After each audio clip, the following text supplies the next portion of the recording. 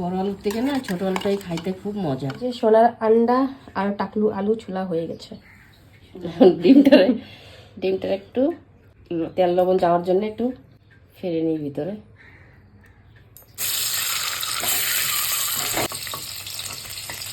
থেকে আলুগুলো লাল করে ভাজা করে নেব।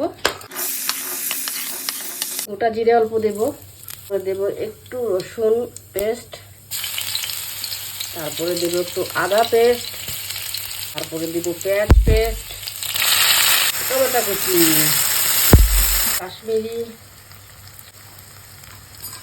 স্বাদ মতন লবণ, স্বাদ মতন হলদি।